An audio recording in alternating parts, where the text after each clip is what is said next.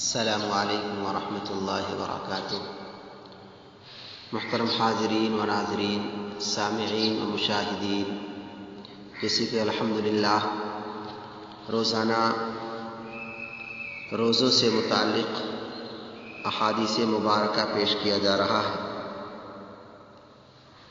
لہذا آج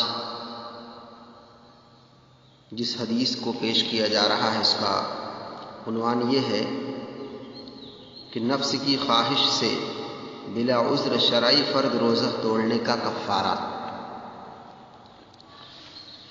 حضرت ابو ہریرہ رضی اللہ تعالیٰ عنہ سے روایت ہے کہ ایک مرتبہ جبکہ ہم لوگ رسول اللہ صلی اللہ علیہ وسلم کے پاس بیٹھے ہوئے تھے، ایک آدمی آپ صلی اللہ علیہ وسلم کے پاس آیا اور اس نے عرض کیا، یا رسول اللہ میں تو ہلاک ہو گیا، یعنی میں ایک ایسا کام کر بیٹھا ہوں جس نے مجھے ہلاک و برباد کر دیا۔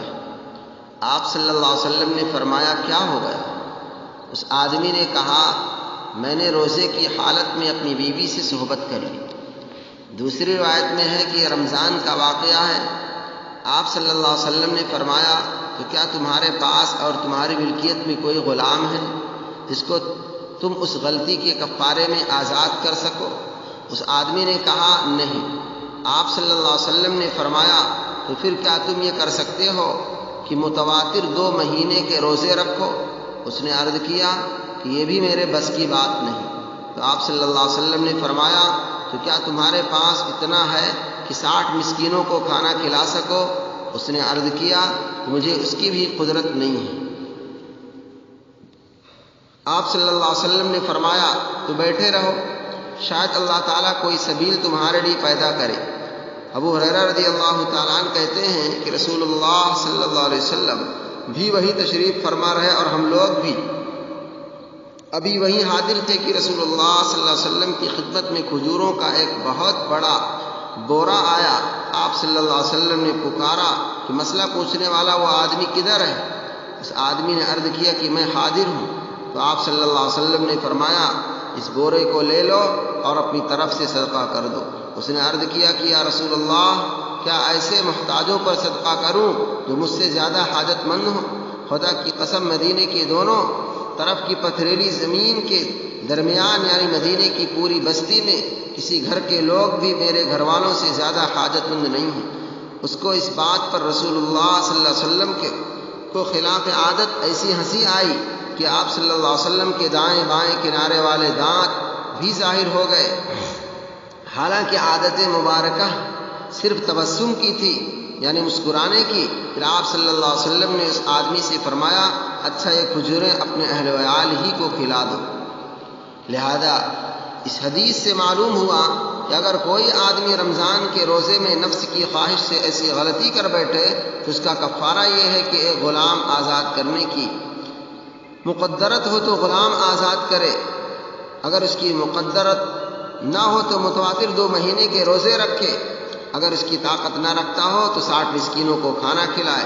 جمہور ائمہ فقہا کا مسلک بھی یہی ہے، البتہ اس میں ائمہ کی رائے میں اختلاف ہو گیا ہے کہ یہ کفارہ کیا صرف اسی صورت میں واجب ہوگا جبکہ کسی نے رمضان کے روزے میں جمع کیا ہو، یا اس صورت میں بھی واجب ہوگا جب کسی نے دانستہ کچھ کھا پی کے روزہ توڑ ڈالا ہو۔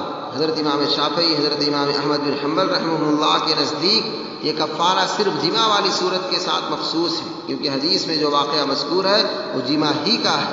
لیکن امام ابو حنیفہ، امام مالک، سفیان ثوری اور عبداللہ بن مبارک وغیرہ ائمہ رحمہم اللہ کا مسلک یہ ہے کہ یہ کفارہ دراصل رمضان کے روزے کی بے حرمتی کا ہے اور اس جرم کی سزا ہے جس نے اپنے نفس کی خواہش کے مقابلے میں رمضان کے روزے کا احترام نہیں کیا اور اس کو توڑ ڈالا، اور یہ جرم دونوں صورتوں میں یکساں ہے۔ اس لیے اگر کسی نے دانستہ کھا پی کے روزہ توڑا تو اس پر بھی یہ کفارہ واجب ہوگا۔ اس واقعے میں ایک عجیب و غریب بات یہ بھی ہے کہ رسول اللہ صلی اللہ علیہ وسلم نے ان صاحب واقعہ صحابی کو کھجوروں کا جو بورا اس لیے عنایت فرمایا تھا کہ مساکین پر صدقہ کر کے وہ اپنا کفارہ ادا کرے۔ ان کے اس کہنے پر کہ مدینے بھر میں مجھ سے اور میرے اہل و عیال سے زیادہ حاجت مند کوئی بھی نہیں ہے، آپ صلی اللہ علیہ وسلم نے اس بارے میں ان کو اجازت دے دی کہ اس کو اپنے ہی کام میں لے آئیں۔ اس کے بارے میں جمہور ائمہ کی رائے یہ ہے کہ اس کا مطلب یہ نہیں ہے کہ اس طرح ان کا کفارہ ادا ہو گیا، بلکہ رسول اللہ صلی اللہ علیہ وسلم نے ان کی وقتی ضرورت اور حاجت مندی کا لحاظ کر کے ان کھجوروں کو اپنے خرچ میں لے آنے کی ان کو اس وقت اجازت دے دی، اور کفارہ ان کے ذمہ واجب رہا۔ اور مسئلہ یہی ہے کہ اگر رمضان کا روزہ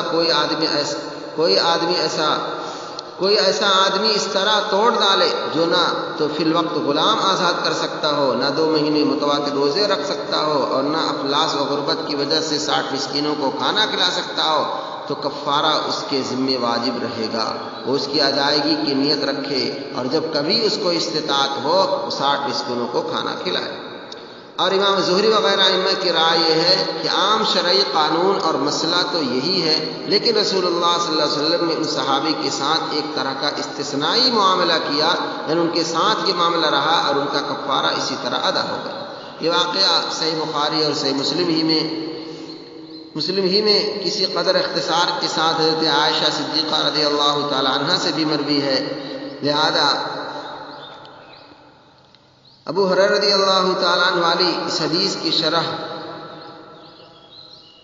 2 جلدوں میں لکھی ہے، اور دکھایا ہے کہ اس حدیث سے 1000 علمی فائدے اور نقطے پیدا ہوتے ہیں، غور کرنے سے بہت سارے مسائل نکلتے ہیں۔ اللہ ہم سب کو عمل کی توفیق نصیب